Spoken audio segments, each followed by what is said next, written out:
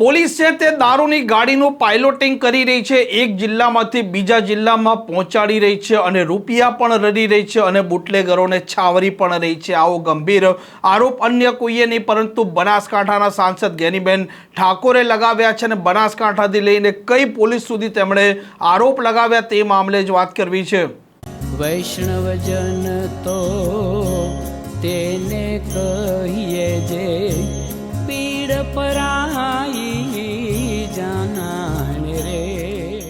નમસ્કાર, આપ જોઈ રહ્યા છો નવજીવન ન્યૂઝ અને હું છું આપની સાથે તોફિક ગાંચી। ગુજરાતમાં દારૂ લાવવા માટે બનાસકાંઠા છે તેનો ઉપયોગ આ બુટલેગરો કરી રહ્યા છે અને જ્યારે રાજસ્થાનથી બનાસકાંઠામાં દારૂ આવે છે ત્યાર પછી આ ગુજરાતની પોલીસ છે ત્યાં દારૂની ગાડીને પાઇલોટિંગ પણ આપી રહી છે, બુટલેગરોને છાવરી પણ રહી છે અને હપ્તા પણ ઉઘરાવી રહી છે અને પોલીસ એક જિલ્લામાંથી બીજા જિલ્લામાં દારૂ પહોંચાડી રહી છે અને આ મામલે સાંસદ જ્ઞાનીબેન ઠાકોરે ગંભીર આરોપ લગાવતા ખળભળાટ મચાવ્યો છે અને પોલીસ હપ્તાગીરીનો મામલો પણ તેમણે ઉજાગર કર્યો છે।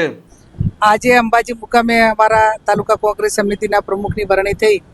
એના સત્કાર સમારંભ અને એમને જે અહીંના લોકોની જે રજૂઆત મળી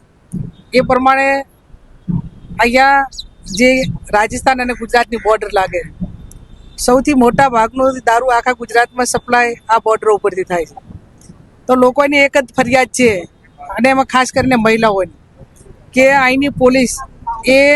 મોડલામાં કોઈ મોડલો એવો નથી કે આ દેશી ઇંગ્લિશ દારૂ ન મળતું હોય, કેફી પદાર્થો ગોળી હોય, ડ્રગ્સ હોય, દારૂ હોય, દેશી હોય, વિદેશી હોય, બધા પ્રકારના। એવા સમયમાં વારંવાર કોંગ્રેસ પાર્ટીના આગેવાનોએ વાત કરી, અહીંના પોલીસ તંત્રને વાત કરી કે તમે આ બધી બદીઓ બંધ કરાવો, પણ જે બુટલેગરો અને અહીંની પોલીસ મોટા ભાગની પોલીસ છે, 5-10% લોકો પોલીસમાં સારા, પણ 90-95% એ કોઈ ગુનો ઘટના બને તો એમને ટાઈમ નથી હોતો, પણ દારૂની ગાડીઓને પ્રોટેક્શન આપવા માટેનું, એમના વોટ્સએપ ગ્રુપ ચલાવવા માટેનું, એમને આ જિલ્લો બીજા જિલ્લા સુધી એમને પાઇલોટિંગ કરીને પહોંચાડવાનું, આ બધું પોલીસ જ્યારે સંભાળતી હોય ત્યારે આ સમયની અંદર ટૂંક સમયમાં કોંગ્રેસ પાર્ટી સમગ્ર ગુજરાતમાં ગામડે ગામડે સર્વે કરાવશે। દેશી દારૂનો અડ્ડો હોય તો બુટલેગરનું નામ લખશે, ઇંગ્લિશ વેચતો હોય તો એનું નામ લખશે, એનું રહેઠાણ હાથેના પુરાવા આપશે, ક્યાં વેચાય છે એ એડ્રેસ આપશે, આ તમામ યાદી એ પ્રદેશ સમિતિ એક રાજ્યના ગૃહમંત્રીને મુખ્યમંત્રીને આપશે અને એમને વિનંતી કરશે ગુજરાતના યુવાનોના એક આ પ્રશ્ન જે કંઈક મહિલાઓનો છે અને યુવાનો જે બરબાદ થાય છે